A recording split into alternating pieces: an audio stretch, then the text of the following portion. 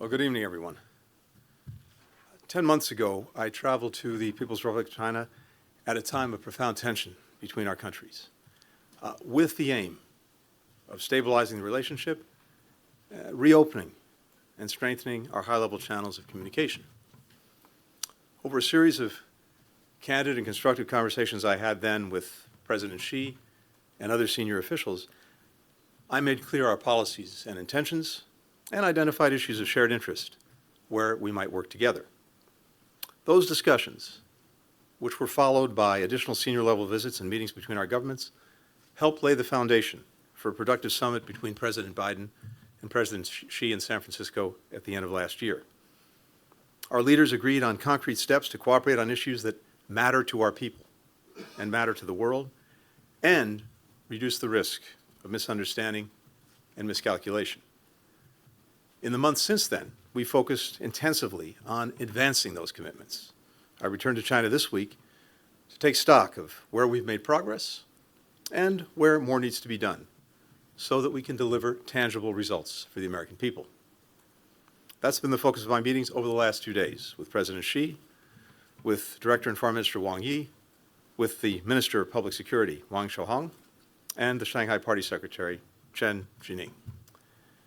Since the Woodside Summit, we've advanced our cooperation on fentanyl and other synthetic drugs, the #1 killer of Americans between the ages of 18 and 45. Specifically, the PRC has issued a public notice to industry. It's taken enforcement action against some companies that produce precursors. Those are the chemical ingredients that make up synthetic drugs. And the U.S. and China have set up a joint counter-narcotics working group to collaborate on policymaking and on law enforcement, and to share technical expertise. Thanks in large part to the working group's efforts, China is providing information to international law enforcement that can be used to track and intercept illicit drugs and their precursors. And our two governments recently agreed to share best practices on closing loopholes in our financial systems that the drug traffickers and other criminal enterprises use to launder money. So this is important progress, but more needs to be done. In my discussions, I underscore the importance of the PRC taking additional action, in particular by prosecuting those who are selling chemicals and equipment used to make fentanyl, meeting its international commitments to regulate all of the precursors that are controlled by the UN Commission on Narcotic Drugs, and disrupting illicit financing networks. Since the Woodside meeting between the presidents, we've also resumed direct military-to-military communications at multiple levels, something that I made a top priority for my meetings in Beijing last year. U.S. and PRC defense officials met for 2 days at the Pentagon in January. Earlier this month, our two countries' air and naval forces held talks aimed at ensuring safer interactions. Last week, Secretary of Defense Austin had his first video call with Minister of Defense Don Jun. Direct, open, clear lines of communication like these are critical to avoiding miscalculations. I'm pleased to announce that earlier today, we agreed to hold the first U.S.-PRC talks on artificial intelligence, to be held in the coming weeks. We'll share our respective views on the risks and safety concerns around advanced AI and how best to manage them. We also spoke about ways that we can continue to grow people-to-people ties between our countries, particularly educational exchanges. Our governments have a vested interest in creating open and welcoming conditions for these programs, which have long enriched both of our countries. As you know, I had a chance to meet yesterday with a few dozen American and Chinese students who are learning side by side at the NYU Shanghai program, as well as in other joint U.S.-PRC university programs in China. I heard how the experience has deepened their knowledge inside and outside the classroom and forged ties that will last well beyond their shared educational experience.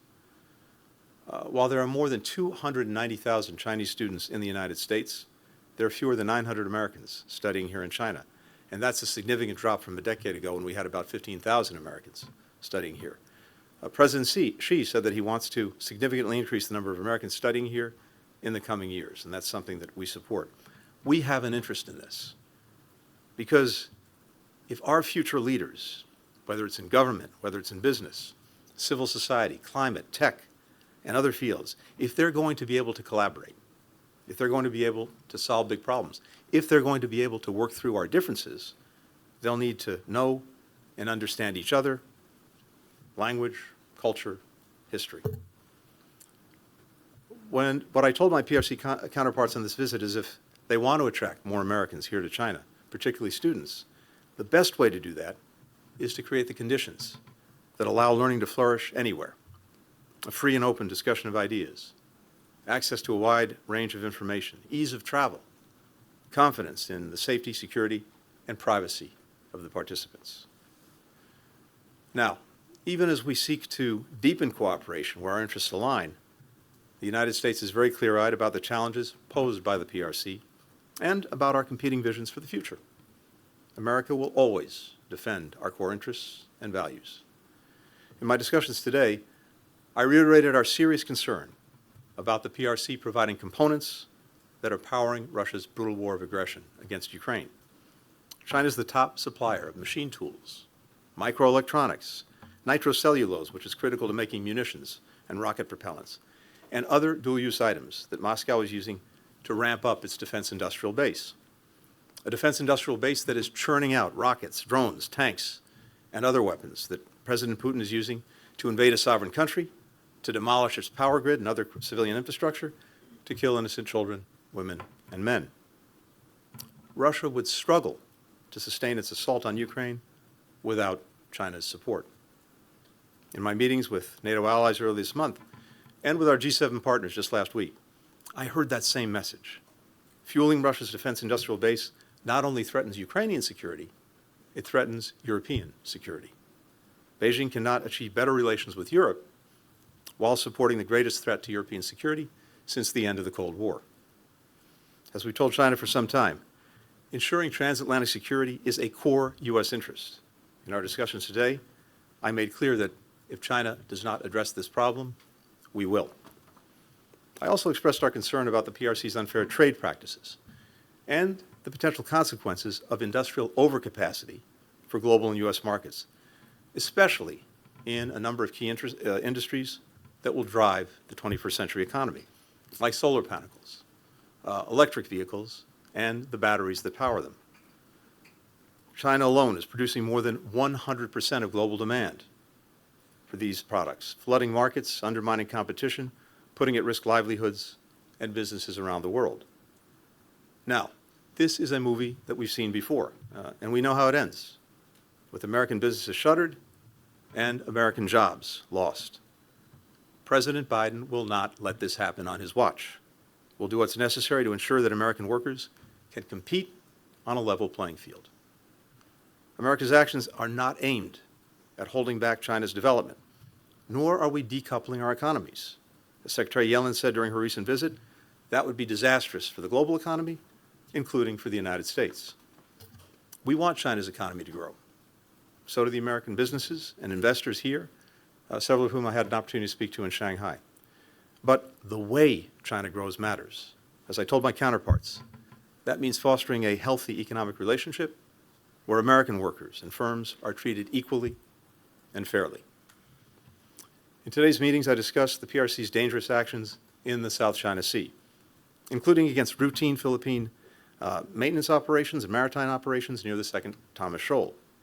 Freedom of navigation and commerce in these waterways is not only critical to the Philippines, but to the U.S. and to every other nation in the Indo-Pacific, and indeed around the world. That's why so many nations have expressed concern about the PRC's maritime maneuvers. I made clear that while the U.S. will continue to work to de-escalate tensions, our defense commitments to the Philippines remain ironclad. I reaffirmed the U.S.'s One China policy and stressed the critical importance of maintaining peace and stability across the Taiwan Strait. I raised the cases of American citizens who were wrongfully detained and those who are subject to exit bans. President Biden and I will not rest until they're back with their families where they belong. I also raised concerns about the erosion of Hong Kong's autonomy and democratic institutions, as well as transnational repression, ongoing human rights abuses in Xinjiang and Tibet, and a number of individual human rights cases. We spoke about press freedom and access. I appreciate that the PRC granted short-term visas to a number of the foreign journalists who are here so that they could cover this visit. In my meetings, I encouraged my PRC counterparts to fulfill the commitment that they made in 2021 to provide equal access to our two countries' media organizations. The United States will continue to insist on reciprocity on this issue, just as we do for our businesses, cross-cultural exchanges, and many other areas. We also discussed a range of regional and global crises where China can play a constructive role. I encourage China to use its influence to discourage Iran and its proxies from expanding the conflict in the Middle East, and to press Pyongyang to end its dangerous behavior and engage in dialogue. Going forward, we'll continue our high-level discussions on these and other issues. All of the policies that the United States has pursued over the past 3 years, at home and around the world, are driven by a singular objective: delivering for the American people, meeting the challenges that they face, creating the opportunities that they seek, building a future where they and their children and their children's children are secure, free, prosperous, and healthy. That's what has motivated the historic investments that we've made in our competitiveness back home and in reinvigorating our alliances and our partnerships around the world. And that same core objective animated my meetings in China over the past few days and will continue to guide us as we manage a relationship that is so consequential for our two nations and for the entire world. With that, happy to take some questions. The first question goes to Ian Marlowe with Bloomberg. Thank you, Secretary. Good evening. One, he said that the U.S. was taking endless measures to suppress China's economy and warned that growing negative factors could derail the effort by Presidents Biden and Xi to stabilize U.S.-China ties. Do you think the Biden administration's pledge to increase tariff, the threat of new sanctions, and actions like the probe into Chinese shipbuilding could push the U.S. and China back into a period of dangerous volatility? Separately, did you make any headway in terms of actually getting China to agree to reduce economic support for Russia's defense industry? And if not, is the U.S. ready to move forward with sanctions? And separately, given North Korea is also sending massive shipments of munitions to Russia, did you bring that up with your Chinese counterpart? And did you get any Chinese cooperation there? And finally, just on TikTok, did that come up in conversations today? And how do you expect China to respond? Thanks. Not sure I got all of it, but I'll try you. Thank you. On the last question, no, TikTok did not come up, so I can answer that one very quickly. Look, on the economic relationship, let's put this in perspective.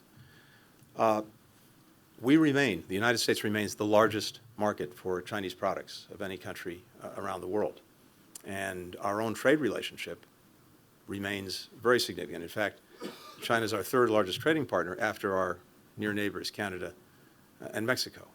And as I heard from American businesses, American investors in Shanghai, there remains a very strong interest in working in this market, provided that we have a level playing field and a fair shot. When we do very well. But when we're looking at the question of tariffs, 301 measures, et cetera, what we're focused on is practices engaged in by China that are unfair and undermine our businesses and our workers. And this question of overcapacity is the one that is front and center. China is responsible for 1/3 of global production, but 1/10 of global demand. So there's a clear mismatch. And when you have products that are produced here and produced in a way that's heavily subsidized, heavily supported in other ways, and that allows those products then to be sold at low prices and sometimes below market prices in other countries, pushing businesses from those countries out of business and having potentially devastating effects on communities, on workers, on businesses, that's something that we have to, will, and are standing against. But the other important thing is it's not just us.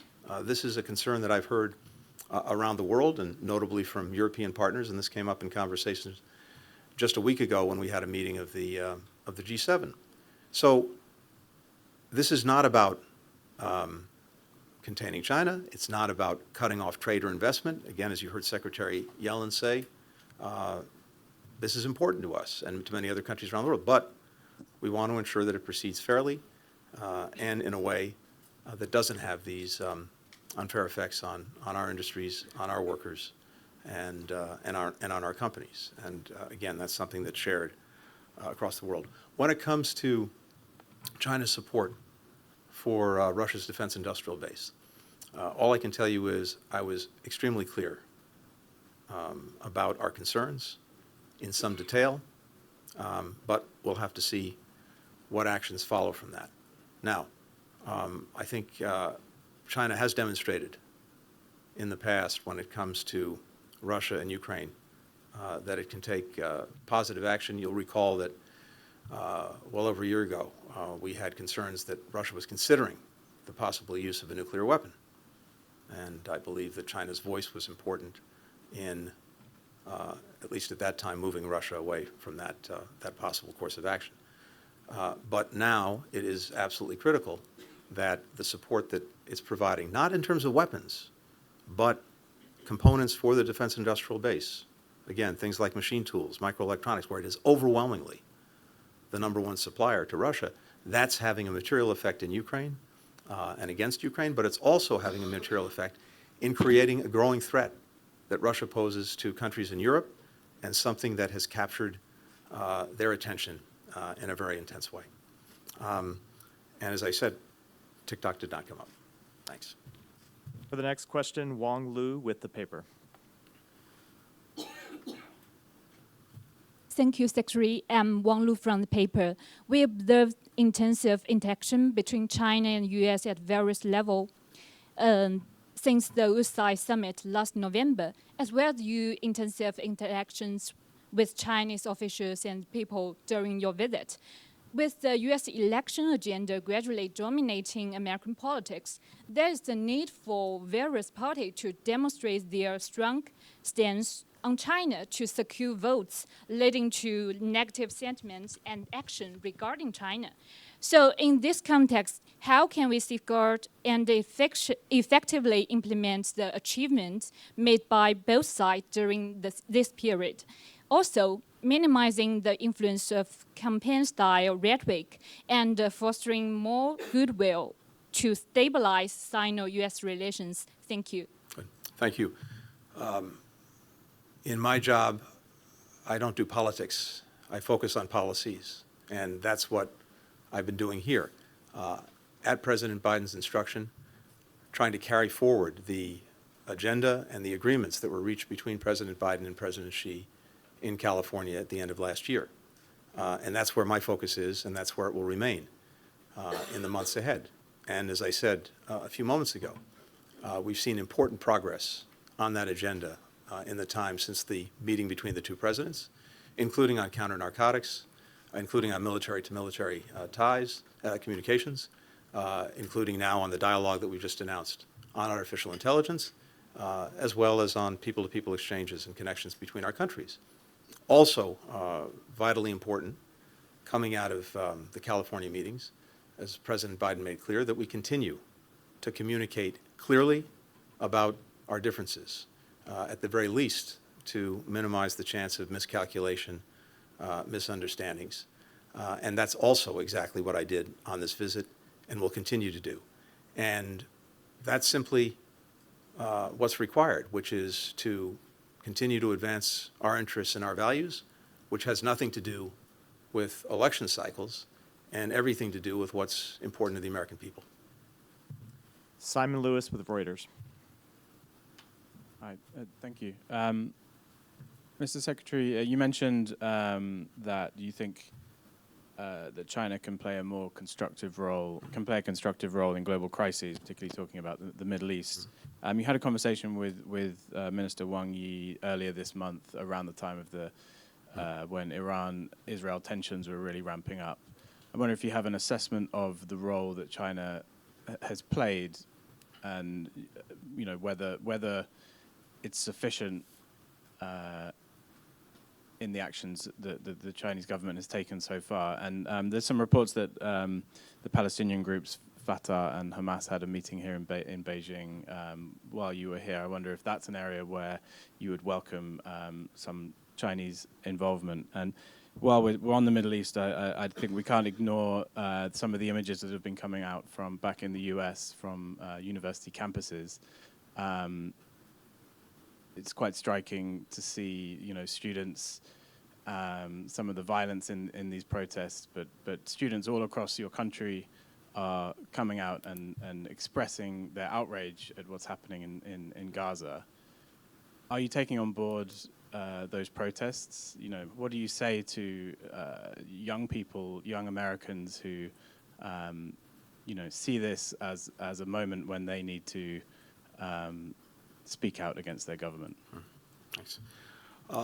So first on the Middle East, I think I've talked to the Foreign Minister, Wang Yi, at least half a dozen times on this since October 7th, including, of course, today, but also in previous meetings we had, phone conversations, et cetera. And yes, I think this is an area where China can use the relationships it has, the influence it has, to try, for example, to prevent the conflict from escalating, from spreading. And we had a good conversation when tensions were particularly acute, preceding and then immediately following Iran's unprecedented attack on Israel 10 days or so ago. And I think the relationships, again, that China has can be positive in trying to calm tensions, prevent escalation, avoid the spread of the conflict. And we agreed that we'd remain in regular touch on this, and that's certainly my intention. I'm not aware of the meeting you referred to. I think you said between Fatah and Hamas, so nothing to say on that. In terms of the protests back home, look, again, it's not my practice to comment on domestic matters, but look, people have strong, passionate feelings about what's happening in Gaza and in the Middle East that I very much understand. And when we see the horrific human suffering and the death of children, women, and men who are caught in this crossfire of Hamas's making, it's gut-wrenching, as I've said before. And we want to do everything we can to bring it to an end. And in our own country, it's a hallmark of our democracy that our citizens make known their views, their concerns, their anger at any given time. And I think that reflects the strength of the country, the strength of democracy. Now, as I've also said before, this could be over tomorrow. It could have been over yesterday. It could have been over months ago. If Hamas had put down its weapons, stopped hiding behind civilians, released the hostages, and surrendered. But of course, it has chosen not to do that. And it is also notable that there is silence about Hamas. It's as if it wasn't even part of the story. But, as I've also said repeatedly, the way Israel goes about ensuring that October 7th never happens again matters profoundly, and we're working every day to try to minimize the damage that's done to innocent people and to make sure that they have the assistance and support that they need. And for the final question, Johannes Neudecker with DPA.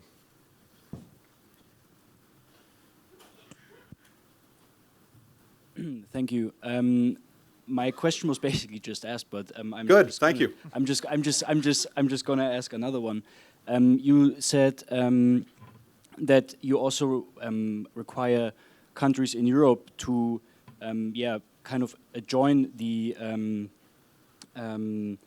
plans to provide prevent China from supplying military or dual-use goods to Russia.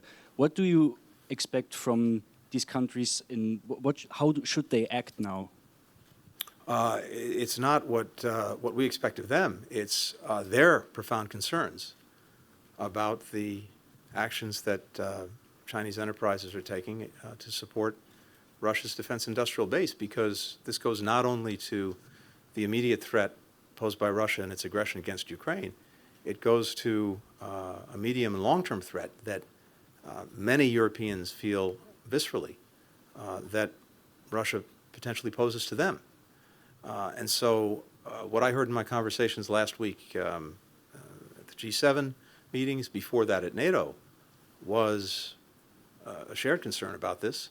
I had detailed conversations with a number of European leaders about their concerns, including President Macron in France, German counterparts, British, many others, Italian. And I think all of us are looking to China to take steps to curb this action.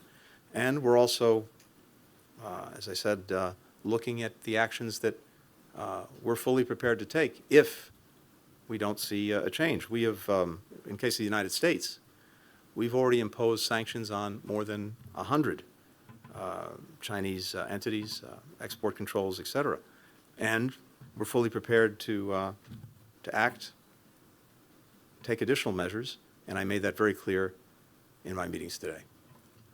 Thank you. Thank you all.